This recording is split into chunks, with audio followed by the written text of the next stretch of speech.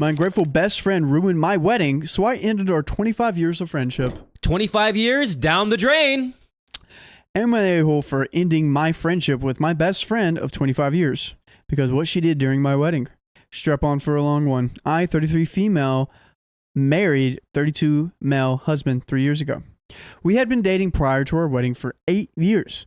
When I met my husband, Sam, my best friend, let's call her Laura, 32 female, advised me not to exclusively date him, as I should keep my options open. That's a very odd thing to say, Laura. By the way, this comes from Purple Wonder 123 on the r/OKstorytime subreddit.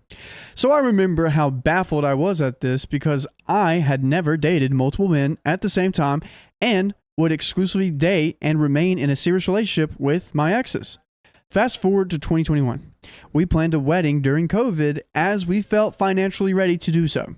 Laura had known for years that Sam and I were planning to get married, but kept facing hardships throughout our years. Father passed away, his mother had a stroke, etc. Oh, wow. My husband is the majority breadwinner in his family, consisting of 4 other people. A minor detail is that we are South Asian, so our culture, sons live together. So I was joining a family of 5.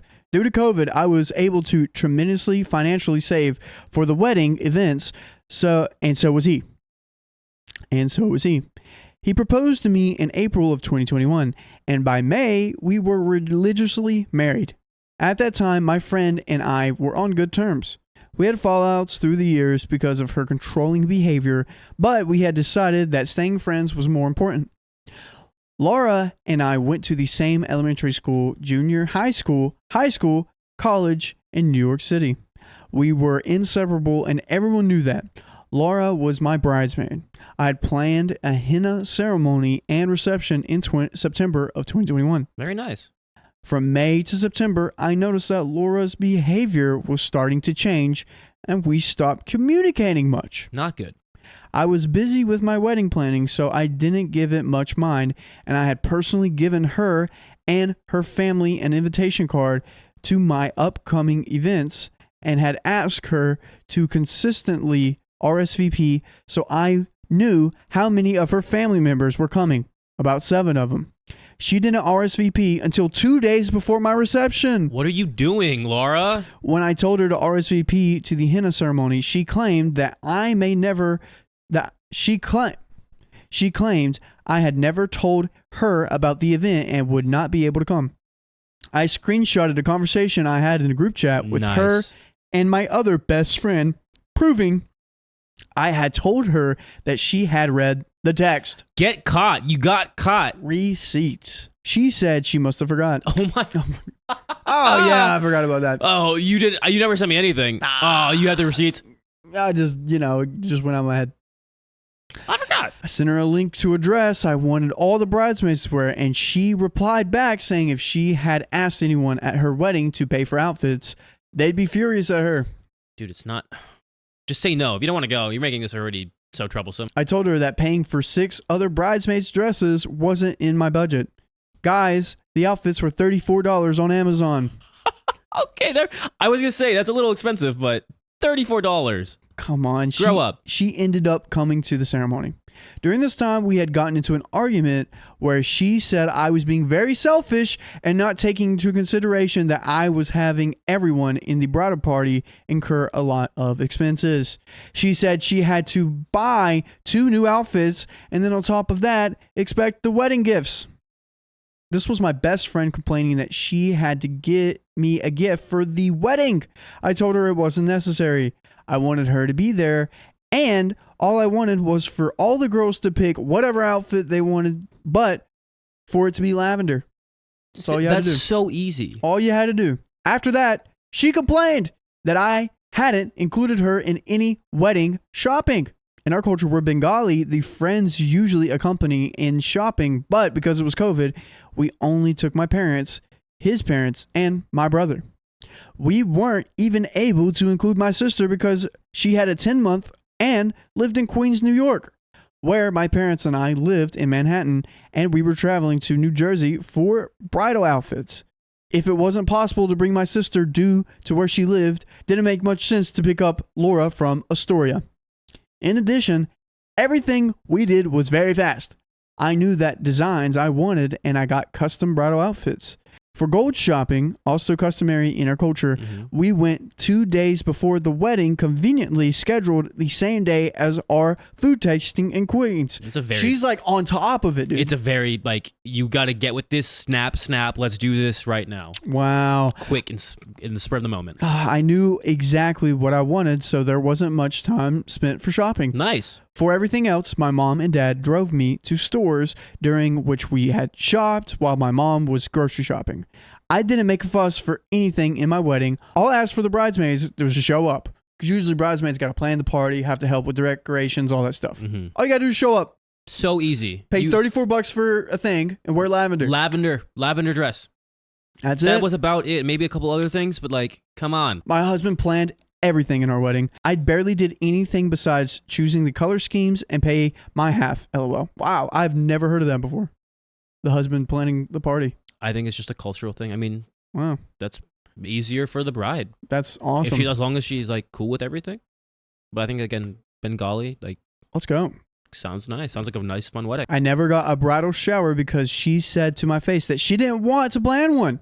Guys, I'm so devastated that I will never experience a bridal shower.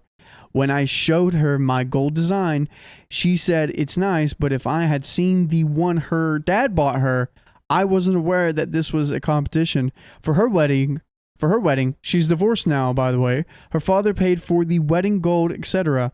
I was single-handedly paying my portion for all 3 events Sam and I had planned. We spent over $100,000 on events, as we had dreamt so many years of what we wanted. $100,000. What?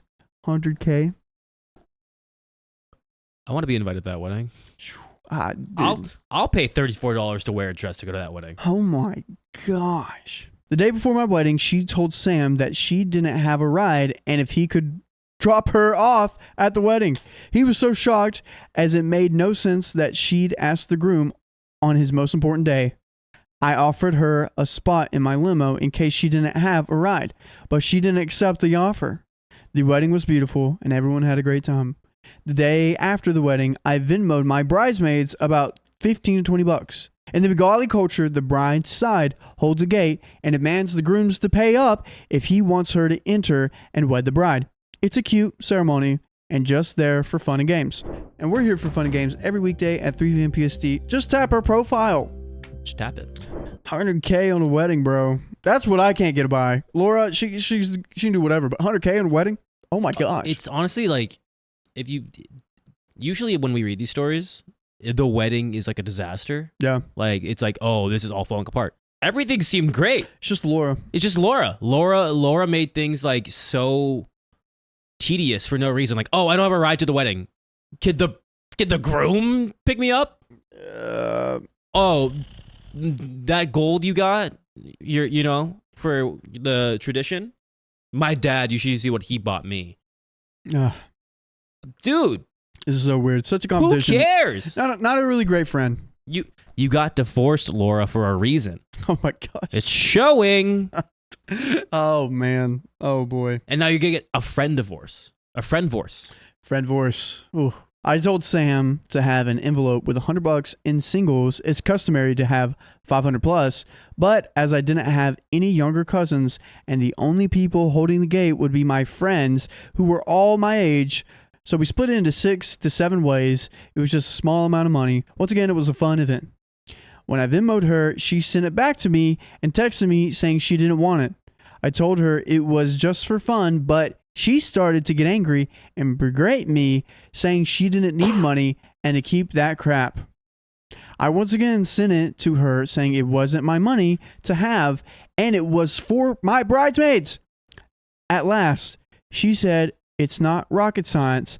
I don't want that crap." So guys, am I the a-hole? No, your friend is just easily offended. I don't know what your friend's problem is. Again, $34 for a lavender dress at the very beginning. Yeah. And complaining about that. Yeah. And then it's a part of it's tradition for you to give the money to your bridesmaids. Yeah, dude, you could, like, come on, be a part of that. I don't understand her wishy-washiness. She just sounds like a really uptight bee. Yeah, she doesn't sound like she knows what fun is. No, she sounds like she just doesn't care. Yeah. I would call her out and be like, you kind of are trying to, like, did you try to ruin my wedding? Did you try to sabotage my wedding? No, I think she was just being like, no, I don't want to do that. I don't want to do any of that. Why am I here? Why am I at my best friend's wedding? I don't want your money. I don't want it. 25 years. This is like your best friend's day. Dude. You should be like throwing in anything and everything and throwing your back out. Yeah. Literally. To help your friend out. I'd probably just go low contact and kind of inch my way Low contact. backwards. I'd be walking my way backwards. Okay. Like waving, but bye. See ya. Bye-bye. But that's the end of that story.